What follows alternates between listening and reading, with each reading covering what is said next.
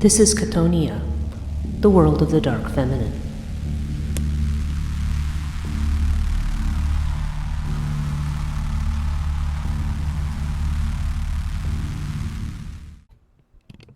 Hello, this is Breach Burke.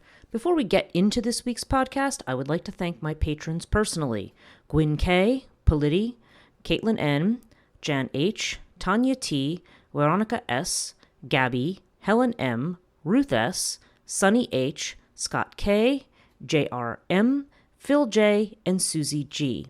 I really appreciate those of you who have joined recently and those who have stuck with me over these years. Our community is small, and there's so much I would like to do in terms of providing courses, conversations on the dark feminine, and extra content, so please consider joining at patreon.com/Chthonia. Now on to the podcast. Hello and welcome to Chthonia, the podcast that deals with the subject of the dark feminine. I'm your host, Breach Burke. Now today's shadowy female figure, if you will, that we are going to discuss is Poludnica. Now that's the Polish name for this figure. There's variations on her name in Russian, Ukrainian, other Eastern European languages besides that. And also, she's also known as Lady Midday or the Noonwraith. Okay, wraith, of course, being another term for ghost or spirit. And she most definitely has to do with noon or the midday sun. What I want to do in this particular podcast in talking about Lady Midday is to look at the different variations of her. There's different descriptions of her because her descriptions vary ever so slightly. The overall theme is pretty much the same as we're going to see. But she has these aspects, and the aspects that she has are very, very curious in the sense that what they tend to represent. Because when we think about noon and we think about, the idea of daylight noon, we think of summer, okay? Symbolically, noon tends to represent the summertime. Like if you think about it in terms of the life cycle, okay? We talk about the morning of our life versus the noon versus the evening and nighttime or twilight of our life. We're talking about the life cycle. So noon is the peak of the life cycle. It is summer. It is everything at its height. It's everything growing at its height. And, the decline, but summer, when summer comes, when midsummer comes, there is an inevitable decline that is going to occur. In Hinduism, it's often referred to as the Dakshinayana, which is where the sun starts to move towards the south again, which is actually a very accurate description because during what we consider to be summer in the northern hemisphere is actually, that's when summer is, when it moves towards the south, because in other words, it's like the, I think it's Uttarayana, I think is how it is, or it's Uttarayana. I don't remember the exact word, but it's something like that. That's the northern movement, and that's when the sun, when the Earth tilts on its axis, facing, and the sun is shining on the north. That's when we have summer here. When it moves towards the south, that is when we have winter in the northern hemisphere, but then they have summer in the southern hemisphere. So it's that reversal. So when you think about noon, you would not think necessarily about noon. We think about this as the paragon of light, right? When we're talking about the quote-unquote dark feminine, and there's been a whole side discussion about whether that's the appropriate term for some of this, but, or whether or not that term is fully understood. But that's a discussion I will have elsewhere, not here. There's, so the idea that the sun somehow has this rather demonic aspect to it, might initially be kind of puzzling, because it doesn't seem, because we tend to associate light with goodness and with clarity, with rationality, with reason, with all these things that we can see. And we associate the darkness with, what is hidden, what is occulted, what we can't see and what we can't, what's difficult to comprehend, and therefore that becomes sort of the breeding ground for fear and for fearful things, because when we don't have the light to see, we're more vulnerable. But nonetheless, it's not an unheard of topic, and we have definitely spoken about this in other podcasts. There are certainly other deities we've talked about who are very much connected to the idea of the midday sun, but they tend to have a slightly different inflection than Lady Midday. For example, the Egyptian Sekhmet is a goddess who is considered to represent.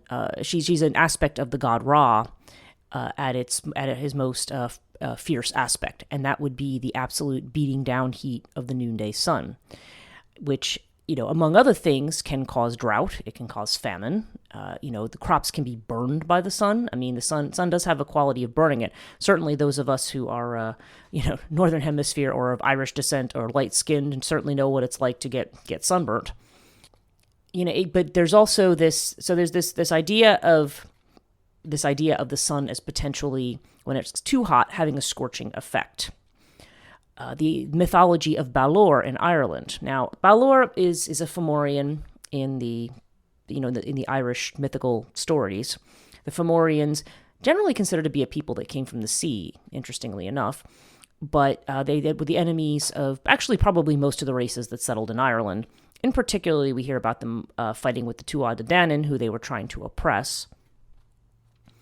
But Balor is their secret weapon. He's this great eye that's brought out. And when he opens his great eye, everything around him burns up. And in fact, there's the story of the Second Battle of Moytura, in which Macha, who is one of the aspects of Morrigan, it's said that she dies in this battle, along with Nuada, who was the king of the Tuatha Dé Danann. And yet at the same time, we see other aspects of Morrigan still carrying on with the battle and still announcing the end of the battle. And so that's kind of, well, what's that about? And it's like, well, Macha literally means the plain or the field. So this is the sun, this hot sun that actually, Balor represents that almost hot noonday sun that burns up the fields around it. So that's generally what we would associate with the idea of a cruel noonday sun. Lady Midday is a little bit different, though, because she is actually a deity, or a daemon, or demonic figure that is protective of the crops. So she is not, she is not this, she is not there to she's not there to destroy the crops. In fact, she's there to make sure that they are preserved. So what I'm going to do is I'm going to read through, I've got a few different places that I've found varying descriptions of her. One is the website Atlas Mythica is one. Another place is Brendan Noble's website about, he talks about different elements of Slavic mythology, because he is actually an author of books about Slavic mythology, fiction books, I should say, but he uses them, so he talks about them in his blog. And then, of course, I'm also looking at, the Wikipedia, definition as well, just to give us just some general ideas about what this, noon witch is supposed to look like, or what her aspects are. So I'm going to start with the Atlas Mythica. Now, in Polish, the name is Poludnica, is how it's pronounced. And they say here, Poludnica, the Slavic Noonwraith, wandering the fields. Although she was a patron deity of agriculture, the Poludnica was also a mischievous spirit who would punish those who worked in the fields at midday, an hour sacred to her, for she had decreed it a time of rest. In Eastern Europe, the goddess of midday was a white lady who floated about the fields on gusts of wind. Okay, now that's take note of that. Killing people with a touch of her hand. Each region offered a slight variation. So they said, according to Bohemian tradition, she has the appearance of an airy white lady or of an old woman who wanders the fields at noon and haunts the dwellings of men. She also floats amid violent gusts of wind high up in the air, and whoever she touches will die a sudden death. Okay, so she's clearly this wraith that appears, this spirit. Sometimes she is slight and slim like a girl 12 years old and has a whip in her hand with which she strikes anyone who crosses her path, such as a man being doomed to meet an early death. Okay, so this almost gives her a banshee-like quality, but she shows up as a 12-year-old girl, which is also interesting. She's peculiarly fond of ambushing women who have recently born children and who go out into the street at midday. If a mother leaves her child alone in the fields at harvest time, it may be stolen by a Poludnica, whence crying children are hushed by the threat that this spirit will come and carry them away. So she's also got this sort of didactic, folkloric, if you don't behave, this is what's going to happen to you element as well. In Moravia, the Poludnica is represented as an old woman clad in a white gown and is said to have horse's hooves, an ugly face, slanting eyes, and disheveled hair. Okay, so that's a little different. Although when we see people with, those with otherwise human figures and, animal feet of some kind, there's definitely a demonic implication there. Although, again, I always feel like that just also betrays kind of a Chtonic origin. It has to do with the underworld, or that they come out of this under the earth space in some fashion. The disheveled hair and so forth is, and is also sort of reminiscent of the Furies as well. Which I also think, again, something else to kind of mentally take note of. If you listen to my podcasts on these topics, it'll eventually click into place for you. In Ukraine, they were considered moon maidens who directed the rays of the sun to ensure the fertility of the fields. So that's interesting. So now they're associated more with the light of the moon. In Polish belief, she manifests herself in the shape of a tall woman, dressed in a white robe reaching to her feet and carrying a sharp sickle in her hand. She would ask riddles of those abroad at midday, then reap those who could not answer. And some she doesn't, she merely punishes and doesn't, reap in sense of killing them. But the riddling aspect is also interesting. And I feel like it also connects potentially to the Fury aspect, but I don't want to get ahead of myself. The Russians believe that Poludnica has the shape of a tall and beautiful girl dressed in a white gown. She not only lures small children into the corn, but walking about the fields at harvest time, she seizes the heads of those whom she finds working there at midday, and twisting their necks causes them violent pain. Okay. Siberian Russians picture her as an old woman with thick curly hair and scanty clothing. She lives among the reeds or the dense thicket of nettles, nettles being a plant that's very much sacred to certain of these these earth spirits and these earth deities, and kidnaps naughty children. In other parts of Russia, she appears as a guardian of the fields. She seems to be akin to the daemon Meridianus, the sickness that destroyeth in noonday. Okay, and we'll talk a little bit about Meridianus too. It is worthy of remark that the Russian peasants make use of a verb, which I'm not going to try to read here, that to express the action of drawing one's last breath. Okay, it's suffice to say that this verb comes from the root word for that Poludnica is from. Okay. During the summer, she either stays in the fields or the woods, giving chase to people who work there. Frequently, she propounds hard questions to them, and if they were unable to answer, she sends grievous maladies upon them. Okay, so she also has a disease-bringing aspect. Well, and that's interesting too, that she's either in the fields or she's in the woods. And, you cannot approach her during, if you approach her during summer, you're going to be chased away. That's also another aspect. Sometimes she appears during a storm in cottages, and various natural phenomena, such as the Fata Morgana, are ascribed to her by the peasants. When she leaves the fields or the forest, she is accompanied by 7 great black dogs, and women and children are her favorite victims. Yeah, and black dogs, as we know throughout folklore, have a lot to do. When they appear, they're usually an omen of death. Again, they have that kind of banshee-like quality. I mean, they don't necessarily make any noise, but they have the quality of when they are experienced, they are an omen of death. And, we hear about, there's many black dog myths or folk tales throughout Britain, and also, in Ireland and in other places. You do have these black dog myths. So this is one that we see from Eastern Europe associated with her. Among the Lusatian Serbs, she is the subject of many stories, represented as a tall woman dressed in a white gown and carrying a sickle, or else as a young female. So far we see her potentially killing with a touch of her hand. Sometimes she is carrying a whip, and other times she is carrying a sickle. So we've got 3 different ideas. If she's also doing reaping, it's possible that she's carrying a scythe as well. So she guarded crops, staying in the field while everyone else went to lunch. If one went out to find what she was doing, she talked relentlessly, and if the visitor turned away, she killed him instantly. In slightly different variations of the Serbian version of Poludnica, she would come out of the woods at midday, appearing to those who might be working there, and any person she meets in the field must either talk with her for an hour. They must fully talk with her for an hour about one and the same thing. Those who fail to do this, either forfeiting their heads or having some illness sent upon them.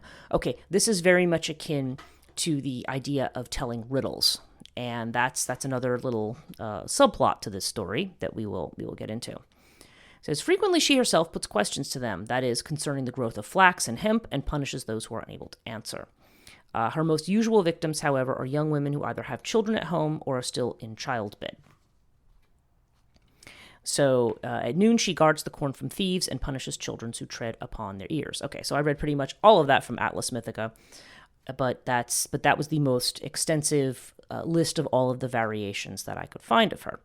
Now, this other explanation of her, so I'm looking at this at the Wikipedia version of it, and they, again, the term, the root word of Poludnica has to do with midday or noon. So that's why, we see this name. Sometimes she represents the midday star.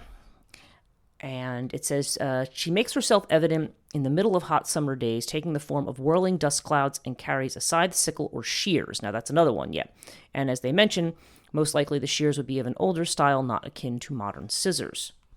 She will stop people in the field to ask them difficult questions or engage them in conversation. If anyone fails to answer or tries to change the subject, she will cut off their head or strike them with illness. She may appear as an old hag, a beautiful woman, a 12-year-old girl, and she was useful in scaring children away from valuable crops. And again, this is where they describe her as the personification of the sunstroke, as she's only seen during the hottest part of the day. Now, there is a northern Russian version that says that she has a giant frying pan in her hands, with which she either blocks the rye from the scorching sun's rays or burns the rye along with the herbs during the flowering period. Okay, so this is not quite as beneficent of this would have more to do with the idea of her as the noon sun that scorches. She may also appear at midnight and show a person how to find a flower that can make them invisible, which is interesting. That's kind of a little variation there. Yeah, so that's a little interesting tidbit. Poludnica, according to beliefs, loves to dance. If she sees a girl lying down to rest in the field, she will wake her up and begin to persuade her to dance. If the girl agrees, she will be forced to dance until the evening or the dawn. Basically either, twilight or until first thing in the morning, depending on when she finds her asleep. Poludnica cannot be beaten in dancing. However, sorry, I'm saying Poludnica, it's Poludnica. Not be beaten in dancing. However, if such a girl is found, the noon spirit will present her with a rich dowry. So this is interesting. This is almost like, the way you have these contests, like, you hear about the contests with the devil, where, if you can beat the devil at a particular thing, then you will be rewarded materially. So this seems to be a variation of that.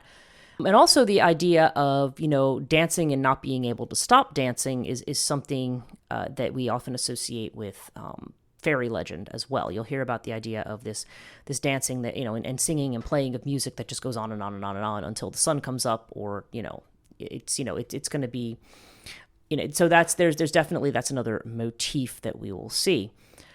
But, and of course I also find myself thinking about in the middle, sometimes it was during the Middle Ages that they had the dancing sickness. I mean, you can actually look it up. It was a real thing, where people danced until they died, basically. They were just, it was like an infection that had run through this village. And it's, again, that's a whole side note that I don't want to get into, but I find myself thinking about that when I think about this sort of myth of, Poludnica. We're already seeing several different aspects that are appearing here. Let me just look at this one last one from Brendan Noble.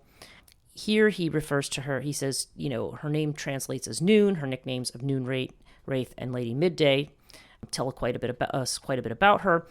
The Polevik, just like the Polevik, which we're also going to talk about, which is the male counterparts that usually are seen with her, in some versions at least.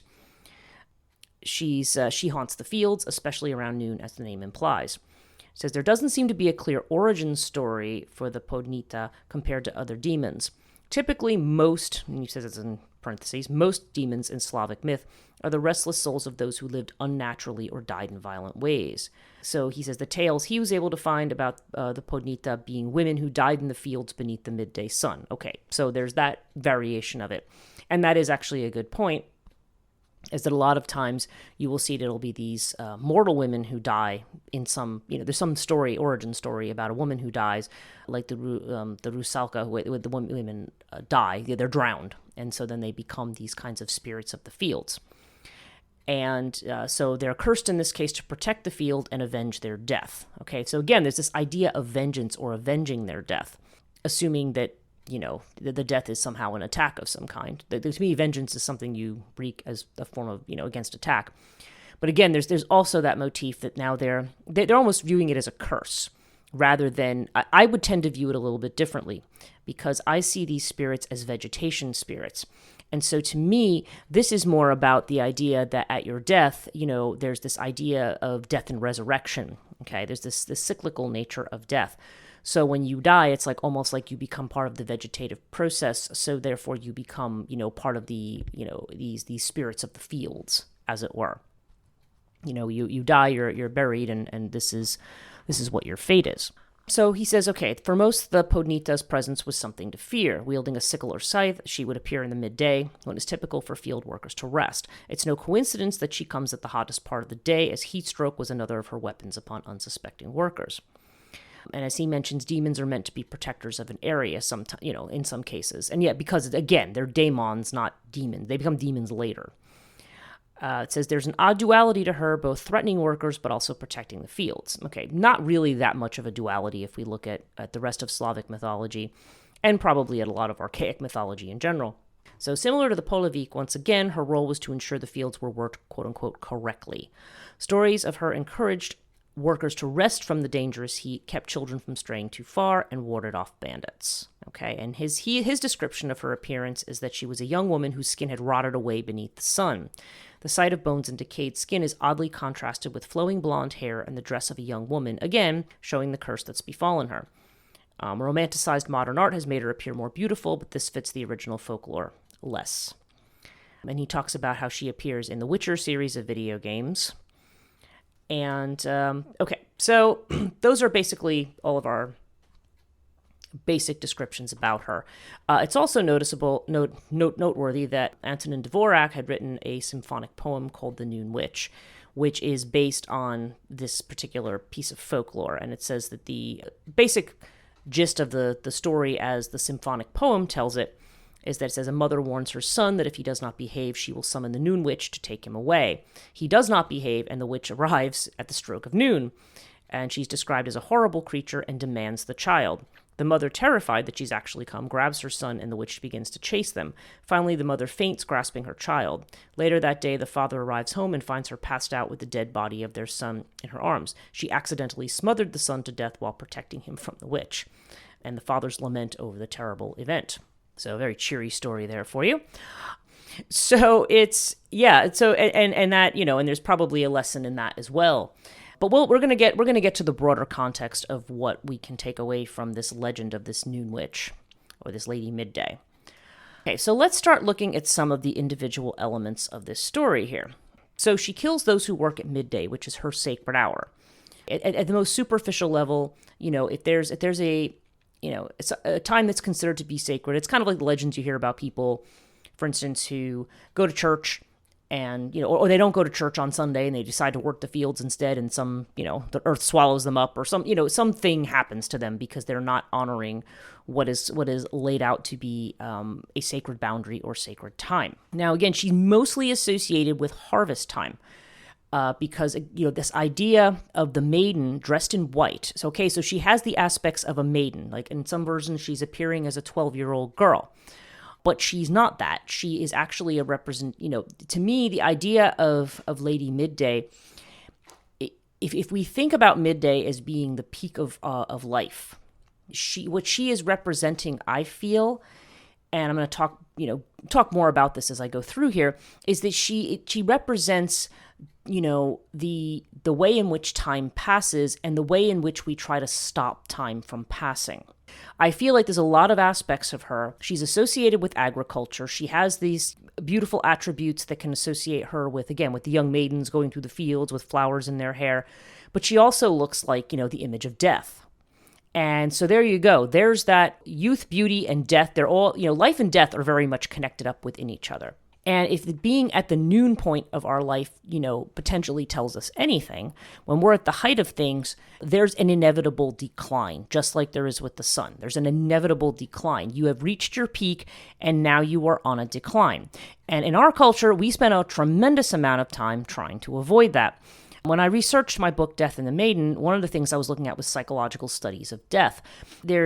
And one of the things that seemed to come out of these studies, and there's very few of them, by the way, but if you interview people who are, say, in their 20s, which may not even at this point be their peak, but if you think that maybe that's when you were at your peak physical fitness, or maybe when you looked the best, sometimes that's not true. Sometimes as people get older, they look, they actually blossom even more. Again, there's the idea of you could be an early bloomer, a late bloomer, whatever it is, whatever the peak is of your life, which is probably going to be between, your late teens to 20s, 30s, that when you're at your peak of everything about you.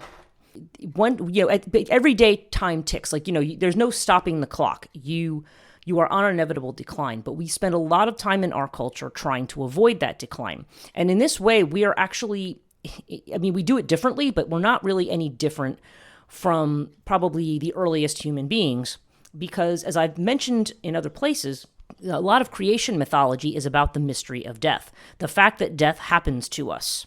There is an idea, we talk about gods and so forth as being immortal, but, and we'll see these stories, for example, from Babylonian, Sumerian myth that say, mortals were created to do the work of the gods, and, immortality they kept for themselves, and death they gave to mortals, because, and some of these stories are about, there's too many mortals, and because they're not dying, they're overpopulating the earth, so, they have to have a finite lifespan. Even in the Bible, in the Genesis story about Noah, you'll see that he sets the longest human lifespan at 120 years. Because you have people in the Bible who are like Melchizedek, who's like 900 years old.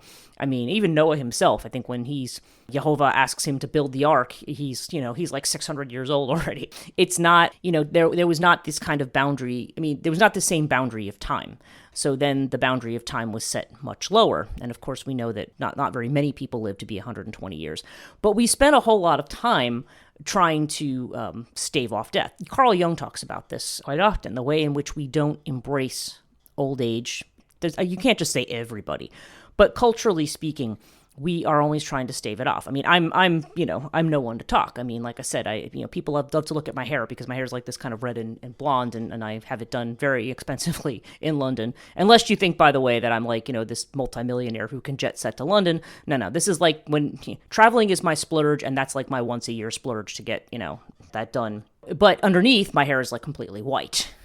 So it takes a lot more to maintain and so forth. So, it's funny, I was in the post office yesterday mailing swag for my Chthonia patrons, and the woman there behind the counter, she looked at me, I think she was admiring like the way certain things were done, and she says to me, I said, well, it is completely white underneath. She's like, she says, so when are you going to let it go white?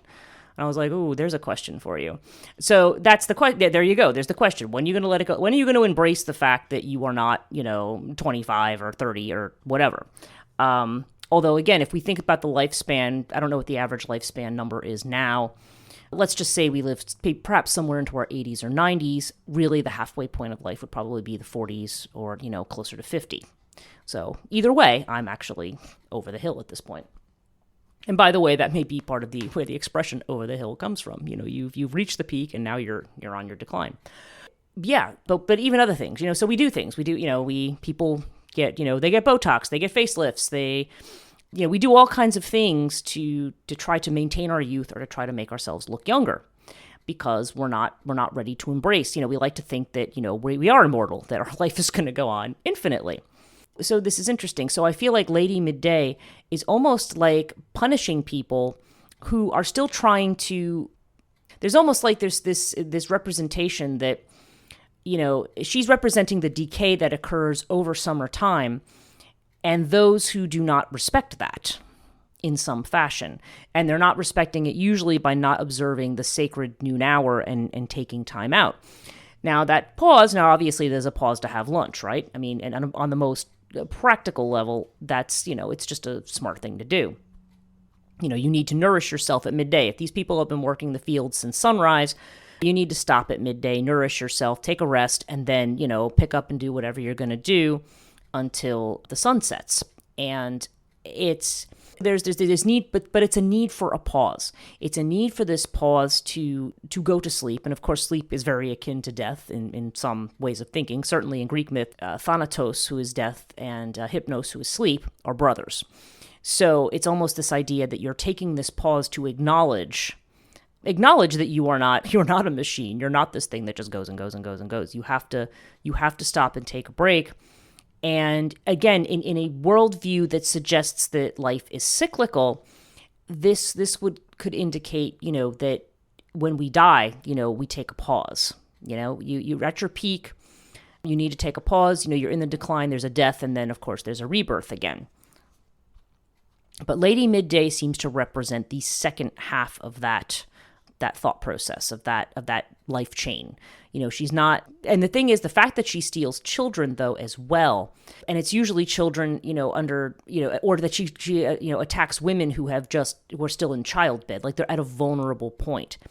It's that vulnerability that one can have, that even as something new is born, it's vulnerable. And I think she represents that more than, she doesn't fall into the motif of the child stealer who lost her own child. Like, we're not seeing a story like that. She's the child stealer who represents the way in which, even in the brightness of life, death can still strike you. You're not, or even in the beginning, a new beginning can be cut down. So we see that, and the children that she tends to cut down, and the women, it's women and children a lot of the times that are cut down, perhaps because women are, again, because children represent that youth, but women may also represent, again, I can't speak for what the customs were, but women are frequently the ones who are expected to maintain a certain standard of beauty as they get older, for instance, or who may want to avoid being the old hag or the old crone because they're, or avoid barrenness, which frequently that is what old age is associated with. We fear old age. And I think women in particular, in order to continue, I don't know, if we're thinking in a broader scheme, to continue to appeal to their partners, perhaps continue bearing progeny, which is really, as I've said in other podcasts, is like the way that one gains a kind of immortality. Then women may be the ones who are most susceptible to, or most reluctant to accept what the midday maiden would represent, and might be the most likely to try to resist or put off that decline. So this is a possibility. Okay, so let's look at some of these other aspects. So the daemon Meridianus, who's actually, I think, mainly described as a demon formally rather than a daemon, who is described as the sickness that destroyeth at midday. Okay, so again, there seems to be this kind of heat stroke element. But what's interesting is that it's mentioned that Michael Scott wrote a book called Liber Introductionis ad Astrologium. Okay, so this is his book, his introduction to astrology, basically, that was written during the late Middle Ages. And that was when he described the Milky Way as the demon Meridianus, because the Milky Way was, I guess, seen to bisect the sky in some way. It was that pathway in between, up the middle. Really, in a way, the Milky Way there, it's the idea of the meridian as the middle way. And and those who are familiar with the story, the fairy story of Thomas the Rhymer, he is one of those who's, a mortal who is said to have gone to live in the fairyland in the other world. And there's a particular poem that he's written, and again, I'm not going to have the exact words correct here, but he's the one who talks about the left hand, the right hand, and the middle path. And in that particular poem, I remember it's something like, the left hand path, the right hand path is the path of righteousness, but it's beset with thorns and briars. The left hand path seems to be the easy path, is basically saying it's like the road to hell. He says, although some will say it's the path to heaven. And the middle way is the road to fairyland. So what's fairyland here, or to the land of fairy? This is, the land of fairy, of course, is the liminal space. It's that space that's on the edge. When we talk about these particular demonic figures appearing at dusk on the middle places, the place between day and night. Dusk or twilight as the sun is setting, and there's still some sunlight left, but it's getting dark. I mean, that's a liminal spot. It's a place between day and night. And similarly, when the sun is coming up in the morning, that hour or so beforehand, that is considered to be dawn. It's like where the light is just starting to, as they say in the Iliad and in the Odyssey, Homer's writing it as the rosy-fingered dawn, right? It's that initial light that you see that appears. But the Milky Way, again, looking at the sky, and if we're talking about a treatise on astrology, the Milky Way in this case was viewed as this kind of demon of the middle way, if you will. So I have a little thing here about the something about the Catholic, things about the Catholic Church and what they had written at that time. He said Michael Scott defined the Milky Way as an assembly of very learned spirits, of which one is to be feared. Since the biblical tradition, the most dreadful spirit is the high noon devil, and that's in Psalm 90 to 91, roughly, verses 5 to 6. Scotus considers the Milky Way as the seat of this spirit and calls it Demon Meridianus Seu Galaxia.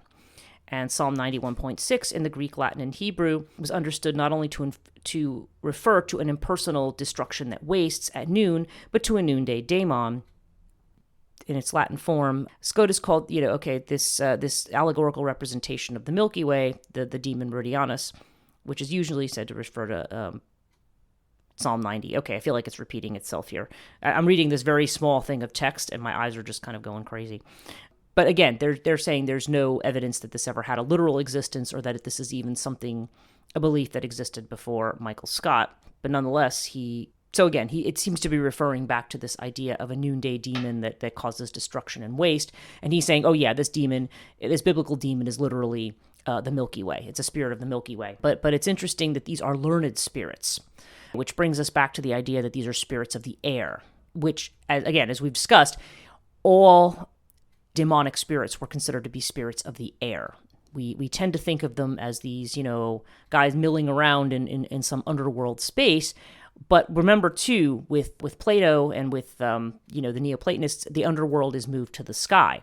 So these are demons that move about in the air. The moon is the place of Hecate. That's the place, that's kind of like the way station for the soul. And the sun is the seat of heaven. So these are our spirits that move about in the sky and in the air. The next thing that I want to look at here, again, she's guarding the field, so she's only destructive to people. She's not destructive to the crops, which are about to be harvested. So she says she will so the whole idea of her making conversation or putting questions to people, this goes back to the ancient idea of riddles or riddling. And riddles are they're a form of, it's sort of an enigmatic statement. We might think now in modern terms of like the Zen koan. There's a statement you make that seems contradictory but has a truth in it, right? Riddles are more like questions that are asked. And they're still around and they still exist. They're considered now to be fun games. I remember a story that I read, one of those Time Life books. I think it was the one called Night Creatures. I miss the days of you would subscribe and get a book every month in the mail. But that was one of them that I had. And there was a story in there of from Iceland of a girl called Gudrun, or I think that's how you'd say her name, Gudrun. And she's a servant girl in a household taking care of baby. And when the family goes away for Christmas, a troll taps on her window on Christmas Eve, and she has to spend and she basically manages to outwit the troll who wants to come steal the baby by trading riddles with it all night, because it's understood that there's like a riddling game that if you can't answer a riddle, then the person who you lost to is the master of you. They can do whatever they want to you. So this is another version of that. She'll be telling riddles, or she continues in a vein of conversation that you are not allowed to deviate from. And if you do, then she's also going to kill you. So you have to almost, to me, there's almost a magic to this. There's almost like a magic words kind of a thing. You have to know the formula. You have to play along with the script. And you also have to be quick-witted. So this is about using one's intellect to deal with it. Now, but we could see this riddling aspect as, if I want to get really meta-feminine, meta-masculine here, I mean, and I think I may be stretching it here, I'm not going to lie. But if we see language and words as being an element of the masculine, then, if you defy this lady who is this vegetation daemon, who is this representation of the feminine earth, then she is going to basically do you in with your own masculine wording. You know what I mean? She's going to use this very, very, very rational, where you really have to use your brain and think as the only way that you can preserve your life. And, I feel like there's almost in a way, it's almost like she's using that masculine power potentially against you if you're not quick enough. Now, I just in reading some writings about riddles, one of the things that was said here, let's see, I'm not sure if I'm going to say this name correctly, Ellie Congas Miranda on riddles, where it says, riddles make a point of playing with conceptual boundaries and crossing them for the intellectual pleasure of showing that things are not quite as stable as they seem. Although he says the point might be to ultimately play with boundaries, but ultimately affirm them. Now, this playing with boundaries. Okay, now this is where, when I talk about her disheveled hair and the way in which she behaves, this is what I said, she reminds me of the Furies, or one of the Furies, in the way that she is a preserver of boundaries. She is, and that boundary has to do with life and death. And in the ways in which, one not only preserves life, the ways in which this is, when you try to overstep your bounds as a human, by defying that need for rest, or by defying things, and this is something to think about in our culture of capitalistic culture that says we got to work like 80 hours a week or something. There is this idea that no, one needs to take a break, one needs to take a rest. Otherwise, now it's like you're going to meet your doom somehow, but it's going to be through either this incessant talking or this incessant riddling. There's always going to be this thing that you have to solve if you want to survive. But yeah, there's this dealing with boundaries, and I say that because the Furies, of course, were enforcers of boundaries, as a lot of daemonic figures are. They're there to keep things in balance or keep things in check, that you're not violating the laws of nature. And one of those laws of nature, one of the big ones, of course, surrounds life and death. And in this case, also the proper treatment of crops, because properly managing the fields and managing the crops would definitely be an aspect of being able, the livelihood. I mean, it's not like now where we buy everything in the grocery store. It's definitely, there's an aspect of this that says if you mismanage the crops, then your whole village is going to suffer and die because you're going to starve to death. So so this riddling aspect of her is almost the way in which we feel that we can conquer nature, that we're better than nature. I don't have to take a rake. I can keep doing this. I can confront the lady, the Noonwraith. It's not a wise thing to do. And the idea also, if I kind of go off the fact that when she's in the summertime, when she is either hiding in the woods or the fields, and if she sees you in the summer, she's going to chase you. Again, there's another time element to that as well. Seeing her at the height, at your peak, that's definitely kind of a foreshadowing of what's to come. Or it can mean the way in which one, to see, again, the same way that you have these omens of death, and when you see this could indicate, maybe quite literally, an early death for some people, or it could be people who are just stricken down in their prime. But it's also just the idea that you're really not supposed to see her at those times. And if you do, she's either going to chase you away because this is not the time for you to be dealing with this. Or if she ends up catching and killing you, then that can also be another representation there of early death, or, untimely death. And if you consider all the weaponry that she has as well, she either has a sickle, she either has a whip, or a scythe. So she has all these representations of the scythe, certainly of the Grim Reaper, but the sickle, as has been noted before, because, for example, the goddess Kali in Hinduism carries a sickle. The sickle often has a moon shape. So the idea of her as a moon maiden and representing, because the moon is also a way of marking time, generally considered to be more associated with the feminine than the sun is. But as we have seen, the sun has these feminine aspects, but they're generally these destructive aspects. I shouldn't say generally. We definitely see it in Egypt. We definitely see it here. But there's this idea here of someone who maintains this underworld type figure, or this figure that's associated with the Chthonia, that is enforcing a certain boundary. Okay, so what else do I have here?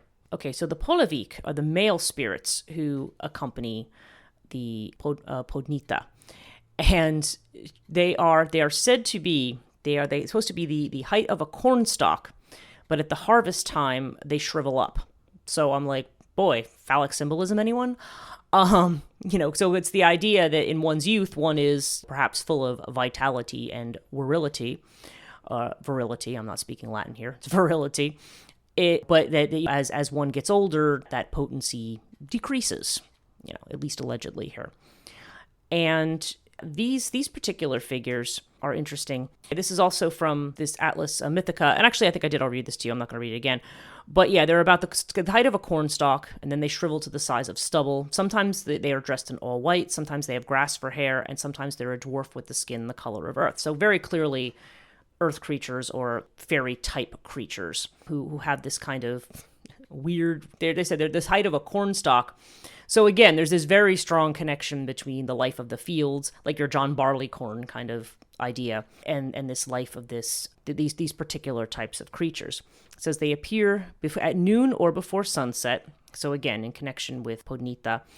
And at that time, it's unsafe to take a nap in the field, for if they are roaming around on horseback, they'll ride over you or they will send disease upon you. Okay, and again, horses, as we also have this kind of Chthonic underworld association, as we saw in the stories that had to do with the proper treatment of horses. That actually may have been something I talked about in a special podcast, because, Macha, again, the Irish war goddess, or Irish, well, she's actually goddess of a number of things. So we'll call her sovereignty goddess. She ends up running a race. She's made to run a race while she's in labor. So she's made to almost act like a horse. And there's a Transylvanian legend about a Saint Anne or Saint Anna, and it's only in Transylvania for some reason, but it's about a group of village girls that their overlord, decided to make all the servant girls. He basically chained them to his chariot and wanted them to run like horses. There's a longer backstory to that, but the first girl refused, so he hit her with a whip, and then the whole ground opened up and swallowed everything up. But there's kind of a mix of mythical motifs there. And then a lake appears there, and she is supposedly the patron saint of that lake. So, there's this idea, but the horse, again, this idea of the misuse of the horse leads to bad fortune. Again, that's not what's happening in this story, but the idea of the horse, Poseidon is connected with the horse. Demeter in Greek mythology appears as Demeter Erinyes, ironically, the fury aspect of Demeter appears also as a horse. So, yeah, there's this wildness here. And so the male ones, and of course horses, we also, the idea of the stallion, right? We associate that with masculinity and with male fertility and the male member as well. There's a connection there. So you see kind of both elements here. But you have this very, very strong, there's very strong dying and resurrecting vegetation god motif, or the vegetation god motif, this idea about birth and death.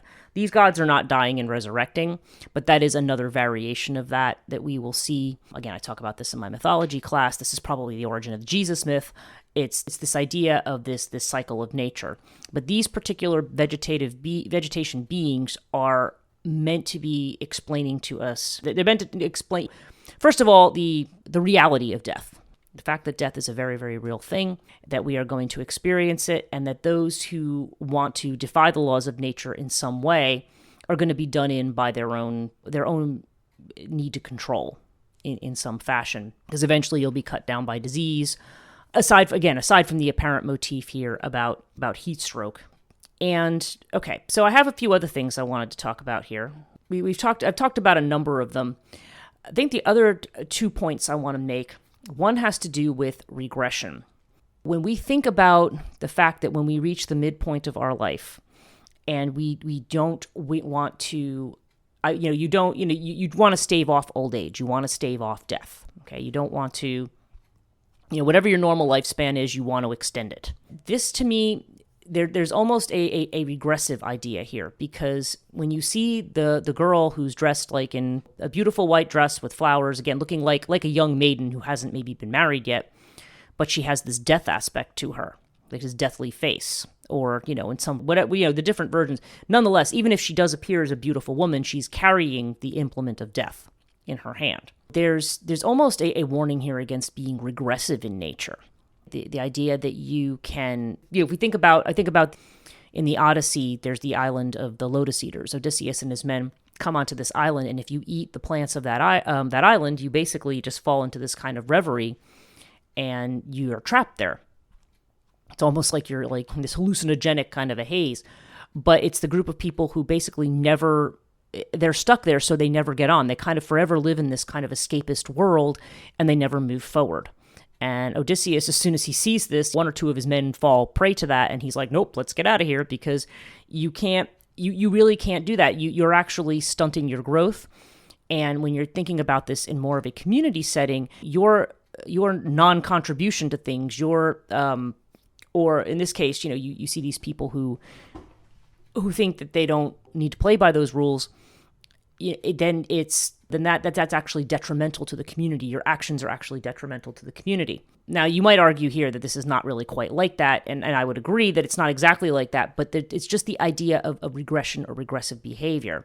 We used to hear a lot in the 80s and later about Peter Pan syndrome, this idea that you were perpetually in a space where you were not accepting things the way that they are. Okay, you're not accepting what it means to grow up, not accepting what it means to move forward in life. So that's a little bit peripheral, but I find myself looking at that when we're talking about this inability to accept what Lady Midday represents. That's another kind of element that, again, maybe not directly tied to the core story itself, but she, again, outside of the realm of just the actual physical harvest of crops and supporting the community in that way, in the most literal sense, in the more psychological sense, it's that way in which you don't want to fall into regressive behavior. It's kind of almost a warning against that of certain types. And we're in that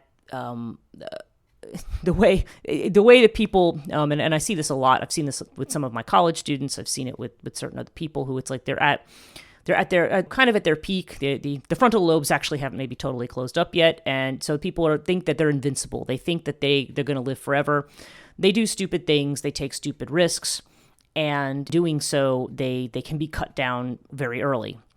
And this may be that too, like the people who think that they're invincible and that they can take stupid risks. And in fact, you're not invincible. So I think that's where I'm kind of looking at the regressive. It's more about that idea of not accepting responsibility and not accepting the reality of your actions. Okay, so that was one other thing that I had wanted to talk about. And looking through my notes here, I also, the idea of being in the middle. That's the last point I think I want to talk about here. Now, when it comes to time, the time zones around the Earth are determined by something called the prime meridian. And the prime meridian is usually like it basically goes through, it certainly goes through Britain. It's like basically in Europe. It goes through that particular, longitudinal line is there. Probably it's measured from there because that's probably where somebody came up with the concept, so they just measured it from there. But the prime meridian, so that's considered to be kind of the 0 hours point. So those of us who live in other time zones, like for example, I live in the New York time zone, which is called Eastern Standard Time. I'm 5 hours from the prime meridian. So we tend to be 5 hours behind those who are in London. And so point being that when we talk about the meridian, we're not only talking about a middle point, but we're also talking about time. And also about the idea of being kind of stuck in the middle. And so again, and it's the same problem. It's like you have to make a move. Time marches on. Okay, so to me, this is another thing that links this particular figure to being, almost akin to Saturn or Kronos, who also is seen carrying like a scythe, and is associated with Father Time, associated with the marching on of time. And astrologically, we think of Saturn as the taskmaster, right? So this is the one who's trying to whip you into shape, to kind of bring you to the real world and to make you work for what it is that you're doing. Although in this case, Lady Midday is more about making you stop work for a period of time so that you have the strength. In the sense of Saturn tending to be something that slows you down. Saturn in astrology, a figure who you tend to embrace more later in life, and in the early part of life, Saturn, when you're very impatient and you want to do certain things, Saturn is the force that slows you down and says, no, you have to do things, slow, and you have to do it the right way, and you have to have patience and do things in their right time. So there's definitely this element of that too, if we think about her as being akin to Meridianus, which has been said because she serves a very similar function, this idea of this very intellectual creature who can riddle with you or converse with you if she catches you, but who represents this marching on of time. But the being in the middle, this goes back to something, and I know I wrote about this in an Instagram post recently about a professor that I had when I was an undergraduate.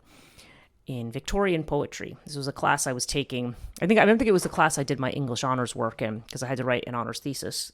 Then ended up writing it for him. And his name was Dr. William Dell. I really liked him. I really liked his teaching style. There were a lot of people who, I don't know, people had mixed reviews of him, let's just say. There were some people who really didn't like his style, because he was just really kind of like, I don't want to hear your BS kind of person.